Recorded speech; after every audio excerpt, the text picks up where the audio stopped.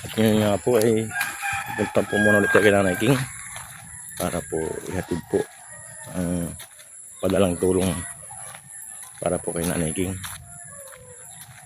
ang kanyang mahal na sponsor. Bumili na rin po tayo ng prutas para kay Nanay King. Paborito daw niya po itong pakwan.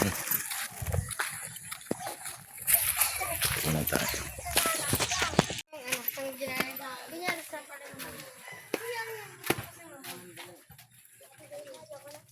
Good morning,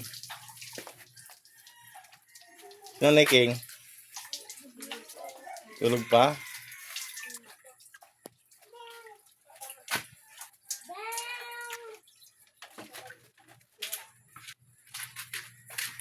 Pagigising ko kasi may bibila ako.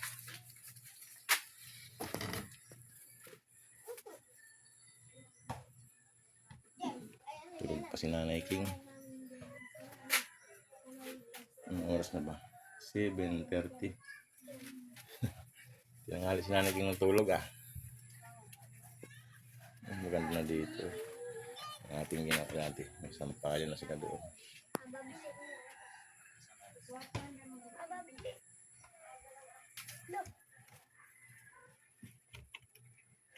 Nanay King. Naisturbo ang tulog ni Nanay King ah.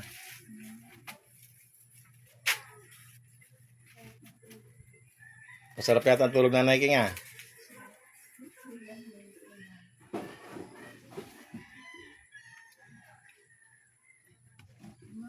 Good morning po. Pasarap po ang tulog ah. Kanina pa sana po ako ng alas 6 eh. Sabi ko baka tulog pa. Eh ngayon alas 7 eh. 7:30 na po eh. Ako po din na siguro. Dito kasi sila nakahiga. Eh, kumusta po, Nay? Ito, mabuti. Sila nasarap matulog.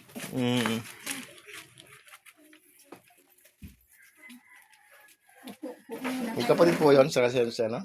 Magkapatid po yun sila? Yung si, ito? Magkapatid silang dalawa? Hindi sila balik. Yan ang isa. Pamangkin nito. Yan. Tapos yung isa, yung anak nandyan, yung nag-aaral yan, hindi mo pwede umalis. Sige po, upo muna kayo, kaya ako nag-upo mahina pag bagong gising. Po.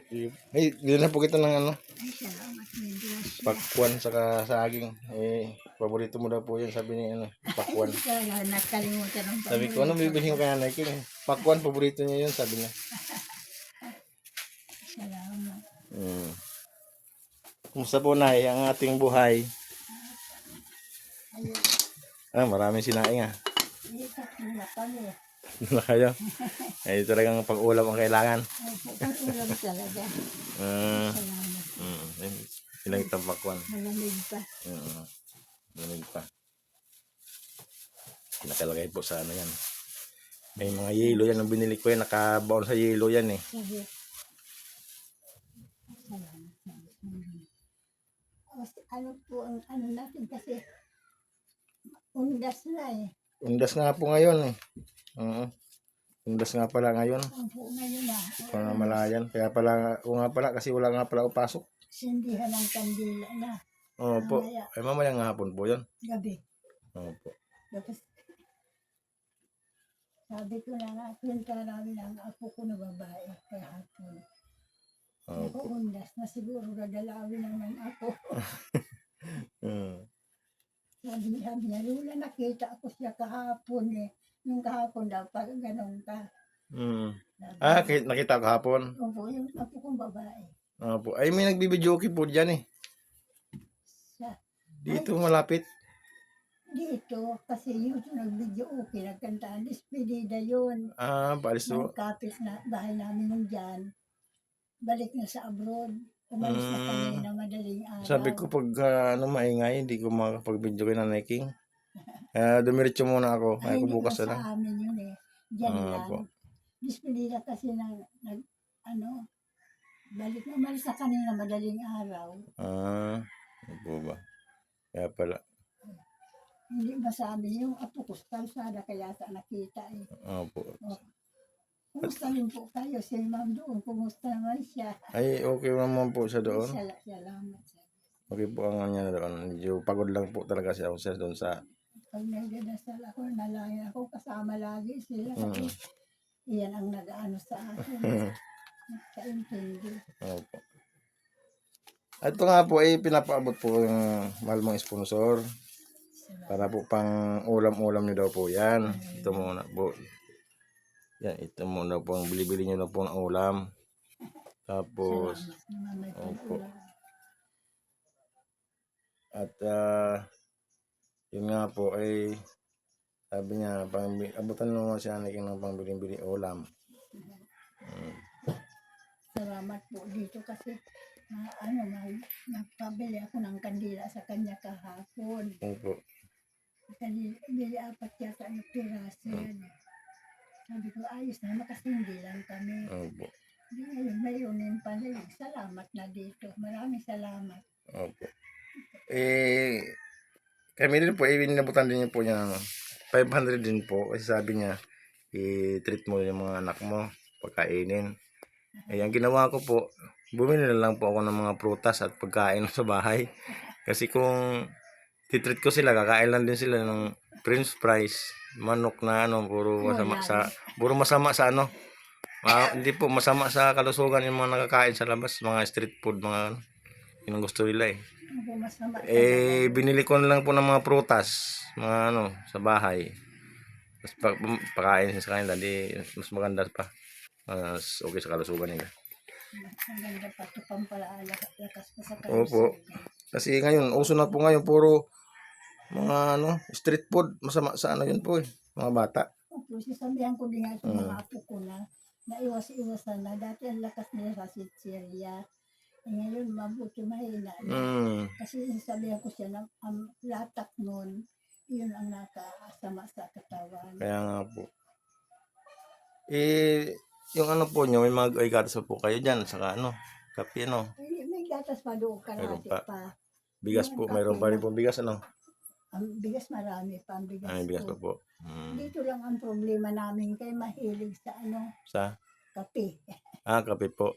Kape, pero may kape naman dito pa. Meron pa. Sige po. Asukal. Yan po yung 500 po, ipangbili nyo daw po ng ulam-ulam po yan.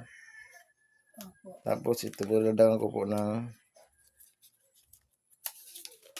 ito po, pangbili nyo ng grocery po ito. Salamat. Pang grocery nyo po ito Kasi po, trabaho po namin ay masalayo lagi. Kung malapit ang destino, medyo maswerte. Parang stay-in ka na doon. Opo. Kasi po kami, nagagawa kami ng mga puso, mga kung saan po yung may project, doon po kami. Pag malayo po, di po nakakauwi. Buwanan po kauwi. Opo, parehas din ang trabaho ng apo ko dyan sa isa na isa. Po. Kung saan-saan sila rin destino. Opo. Yun intindihan ko po yan. Ako na lang po ang bahala. Kay ako marunong naman magtipid-tipid Opo. Sige po, Siyempre, Nay. may Pero kasama. gamot nyo po, mayroon pa rin po Po, Gamot nyo po, mayroon pa. mayroon pa. Sige po. Pang isang buwan pa yan. Yun andyan pala ko. Kasi di ko po kung kailan po ako rin makabalik. Opo, sige lang po. Kasi Sige nga po. naaabala man ang trabaho nyo Hindi naman po. buhay din yun Kailangan po natin kumayod din. Kasi di na natin pwedeng iasa lahat katirapi ang gastusin. Medyo malaki po ang gastusin sa bahay dahil nag-aaral po lahat ng anak namin. College pa naman po yung isa. Yung dalawa high school. High school. Opo. Ito, alam ko man dito na iniwan sa akin, college naman din yung first year college. Ito first year naman, high school. Opo. Kaya sabi ko, pero hindi man ako ng gastos niyan, basta sa kain lang kami kasi wala akong pangtustos sa kanila Opo. Kaya maraming salamat dito kahit na baba nagkapera ko undas. Opo. Salamat po ng marami. Opo. Yan nga po ay... Salamat kay Ma'am Pinalang kasi hindi niya ako nakakalimutan. Maraming salamat po. Opo. Tapos sa mahal kong sponsor sa malayo, maraming salamat din po. Opo. Kay Ma'am Lady Anonymous from Olympia, from the Washington to the US. Maraming salamat po, ma'am. Kasi hindi mo ako nakakalimutan. Ang suporta mo tuloy-tuloy, pati ang gamot ko tuloy-tuloy Okay, din. talaga pong napakabait po ng Malmak sponsor. Maraming salamat po, mahal na sponsor ko, sa pagmamahal sa akin. At sa lahat na pag-alala sa akin. Maraming salamat po. Opo.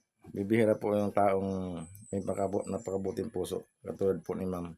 Bihira po talaga, bihira ka makaano. Kung Opo. sa nakisa na malakas na ako, siguro tinigilan na ako. Opo. Ganyan ang papasalamat ako ng marami sa kanya. At hindi ako nakakalimutan, hindi ako nabibitawan. Kaya ang laki ng pasalamat ko. Opo, sige po. Yan nga po ay labis namin pinagpapasalamat po kay Ma'am Anonymous from Olympia, Washington, USA.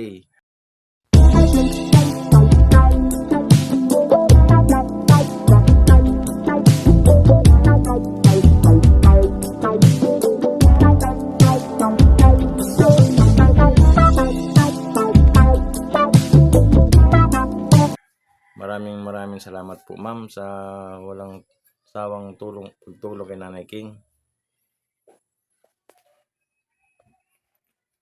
Maraming salamat din po ulit. Kay Ma'am Pis, maraming salamat. Maraming salamat sa kanya, hindi niya ako nakakalimutan talaga. Iniintindi pa niya ako kasi may trabaho na siya. Salamat po talaga, sir. Sa inyo, salamat. Opo. Sige na po. Ano, Nay ha? Salamat po dito sa prutas. Opo. Paborito mo daw yung pakwan eh. Alam niya noon Opo. kasi. Sige po, Nay ha. Hindi po ako magano kasi pupunta pa ako ng palengke. O sige po. Namili pa Maraming ako salamat ng po. pagkain namin. Kaya ko marami pa bigas. Okay naman siya na may pambigas. May ano. May gas May pa. mga pang grocery, may pang ulam. Opo. Sige po, Nay ha. Salamat po dito. Opo. Hindi ko po masabi kung kailan ulit babalik na ya. O sige po. Ingat lang po. Sige po, Nay. Bye-bye. Bye-bye, Nay. Kay Ma'am. Ay. Nakausap niyo na po ba si Katirape? Opo. Sige po. Salamat kay Ma'am. Sabi ko kasi hindi niya ako nakakalimutan. Po. Sige po, Nay.